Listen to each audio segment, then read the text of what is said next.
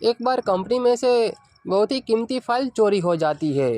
अगर वो फ़ाइल नहीं मिली तो कंपनी को बहुत ही बड़ा नुकसान होगा और जिसने ये फ़ाइल चुराई है वो किसी और कंपनी को बेच भी सकता है, जिससे उसे बहुत सारे पैसे मिलेंगे। लेकिन इसकी वजह से कंपनी को बहुत ही बड़ा नुकसान होगा, जो कंपनी का मालिक ये होने नहीं देगा। कंपनी का मालिक कैसे भी करके वो फ़ाइल ढूंढ के ही रहेगा। अब कंपनी के मालिक को 3 लोगों पर शक है कि इन तीनों में से ही किसी एक ने वो फ़ाइल चोरी किया है और किसी कंपनी के साथ बेच देगा। सबसे पहले नंबर पर है मैनेजर, और फिर दूसरे नंबर पर है एचआर, और तीसरे नंबर पर है सफाई कर्मचारी। इन तीनों पर ही कंपनी के मालिक को शक है। कंपनी के मालिक को लगता है कि इन तीनों में से ही किसी एक ने इस कंपनी के साथ गद्दारी की है, लेकिन कौन है ये कंपनी के मालिक को नहीं पता। इसलिए कंपनी का मालिक सबसे पहले मैनेजर के पास जाता है और मैनेजर से कहता है, देखो, अगर तुमने मेरी फ़ाइल ली है तो मुझे लौटा दो। मैं तुम्हें कुछ नहीं कहूँगा और तुम्हें कोई नुकसान भी नहीं पहुँचाऊँगा। अगर कंपनी को कोई नुकसान हुआ तो मैं किसी को छोड़ूंगा नहीं। इसलिए मैं कहता हूँ, अगर तुमने वो फ़ाइल ली है तो मुझे दे दो। तो फिर मैनेजर कहता है, देखिए, आज मैं जल्दी आ गया था, लेकिन उस फाइल के बारे में मुझे नहीं पता। मैं नहीं जानता कि वो फाइल कहाँ पर है। तो फिर कंपनी का मालिक एचआर के पास जाता है और एचआर से भी यही कहता है।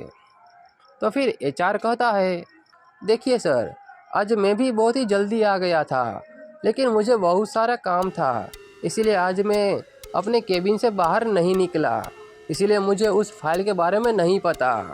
तो फिर कंपनी का मालिक सफाई कर्मचारी को अपने पास बुलाता है और उसे भी यही सब कहता है। तो फिर सफाई कर्मचारी कहता है, सर, मुझे नहीं पता कि वो फाइल कहाँ पर है। मैं आपकी केबिन में एक बार आया ज़रूर था, लेकिन सिर्फ सफाई करने। उसके बाद मैं चला गया और उसके बाद मैं अभी आया हूँ जब आपने मुझे बुलाया है। मुझे उस फाइल के बारे में नहीं पता। तो फिर तीनों की बातें सुनकर कंपनी का मालिक सब कुछ समझ जाता है। आखिर इन तीनों में से गद्दार कौन है? वो कौन है जिसने सामने वाली पार्टी के साथ हाथ मिला लिया है और वो कंपनी को बहुत ही बड़ा नुकसान पहुंचाना चाहता है। ये बात कंपनी का मालिक समझ जाता है। क्या आप बता सकते हैं कि इसे कैसे पता चला कि इन तीनों में से चोर कौन है? क्या आप बता सकते हैं? आपका टाइम शुरू होता है अब।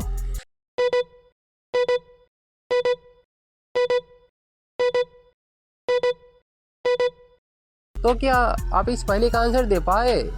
तो चलिए इस पहले का आंसर देखते हैं। देखिए, सफाई कर्मचारी ने क्या कहा था कि वो एक बार आया था सफाई करने के लिए और उसके बाद वो चला गया। लेकिन ये सफाई कर्मचारी झूठ बोल रहा है कि वो एक बार आया था सफाई करने के लिए, उसके बाद वो चला गया। लेकिन ऑफिस में तो कचरा दिख रहा है, देखिए कूड़ेदान में, मतलब कि यहाँ पर साफ़ सफाई नहीं हुई है। मतलब कि साफ़ सफाई कर्मचारी झूठ बोल रहा है, उसी ने फाइल गायब किया है। ये बात कंपनी का मालिक समझ जाता है और उससे वो फाइल छीन लेता है। आम को लीची की बहुत ही ज़्यादा याद आ रही थी, क्योंकि आम को अपने दोस्त लीची से मिले हुए सालों बीत गए थे। इसीलिए आम इस बार अपने गर्मियों की छुट्टी में लीची से मिलने के बारे में सोचता है और वो तुरंत ही अपने घर से निकल जाता है लीची के घर की तरफ। आम जा ही रहा था कि उसे 3 रास्ते दिखाई देते हैं। वो तीनों ही रास्ते लीची के घर की तरफ ही जा रहे थे, लेकिन उन तीनों ही रास्ते में कुछ ना कुछ मुसीबतें थी। अब आम को उन तीनों ही रास्ते में से कोई एक रास्ता चुना था जो आसान हो और वो जल्दी से अपने दोस्त लीची से मिल सके। जैसे कि पहला रास्ता आग से भरा हुआ था। उस रास्ते में आग की बहुत सारी लपेटें थी। अगर आम पहले रास्ते से जाएगा तो जल के भस्म हो जाएगा। और अब आता है दूसरा रास्ता। दूसरे रास्ते में बहुत ही गहरा कुआं था। अगर आम इस रास्ते से जाएगा तो उसे पहले कुआं पार करना होगा, जो नामुमकिन है क्योंकि वो कुएं के उस पार नहीं जा सकता। और अब आता है तीसरा रास्ता। तीसरे रास्ते में बहुत सारे सांप थे। अगर आम इस रास्ते से जाएगा तो सभी सांप उसे काट लेंगे और तभी उसकी मृत्यु हो जाएगी। तो अब आम को एक फैसला लेना था कि उसके लिए कौन सा रास्ता सही होगा जिससे वो आसानी से लीची से मिल सके। आप इन तीनों ही रास्ते को ध्यान से देखिए और हमें बताइए कि आम को कौन सा रास्ता चुनना चाहिए। आपका टाइम शुरू होता है अब।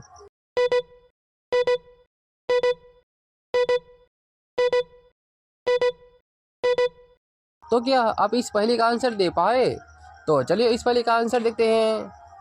देखिए, आम अगर तीसरे रास्ते से जाएगा तो सभी सांप उसे डस लेंगे और तभी उसकी मृत्यु हो जाएगी। मतलब कि ये वाला रास्ता सही नहीं होगा। तो अब देखते हैं दूसरा रास्ता।